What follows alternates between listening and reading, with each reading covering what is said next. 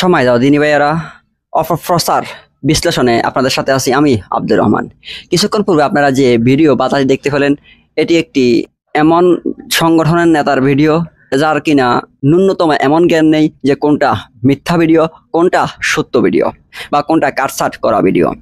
সম্প্রতি এই ব্যক্তি নাকি দেখেছে আমির হামজা সাহেব বলেছেন কোরআনে কারিমে 53টা ভুল রয়েছে, অথচ আমির হামজা সাহেব এই বক্তব্যটা আরেকজন বিখ্যাত মনীষী সম্পর্কে দিয়েছিলেন, যে ব্যক্তি প্রথমে খ্রিস্টান ছিল।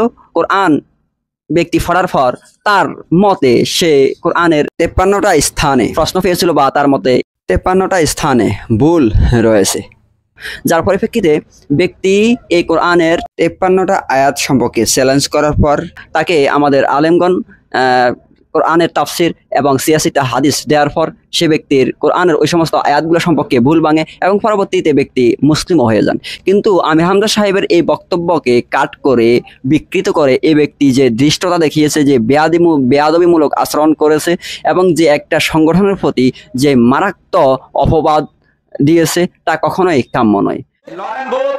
মুসলমান যখন এই কথা শোনার পরে তাকে কোরআন শরীফ শুধু না তাফসীর আর 86টা হাদিস তুলে দিয়েছে, নাম বলেছে আপনি কিনে নিন।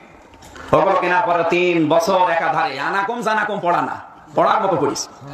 53 জায়গায় কোরআনে ভুল ধরিস। কয় জায়গায়? 53 জায়গায় লাল দাগ দিয়েছে।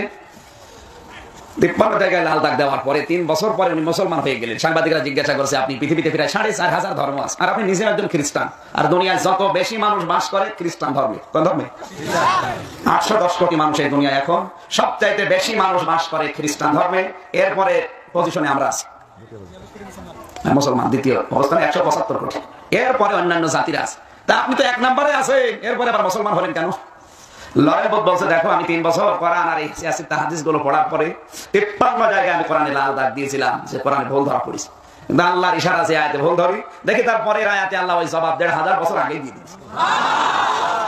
আমার জীবনে শেষ ভুল ধরা পড়ে গেল সূরা নাসে। কোন সূরা? আমি আর থাকতে পারলাম না, আমার বিবেকের তাড়নায় মুসলমান হয়ে গেছে। সময় তো ভাইয়েরা, এই যে আজকে যে মিথ্যা একটা বিকৃত ভিডিও নিয়ে এই ব্যক্তি যে মর্মান্তিক আচরণ করেছে, যে বিশৃঙ্খল আচরণ করেছে, যে বেয়াদবিমূলক আচরণ করেছে, তা কিন্তু পুরোটাই সাজানো। তারা অবশ্যই জানতো যে এটি একটি কাট করা ভিডিও এবং এটি সত্য নয়, কিন্তু তারা এই ভিডিওকে কেন্দ্র করে কেন এই দৃষ্টতা দেখিয়েছে?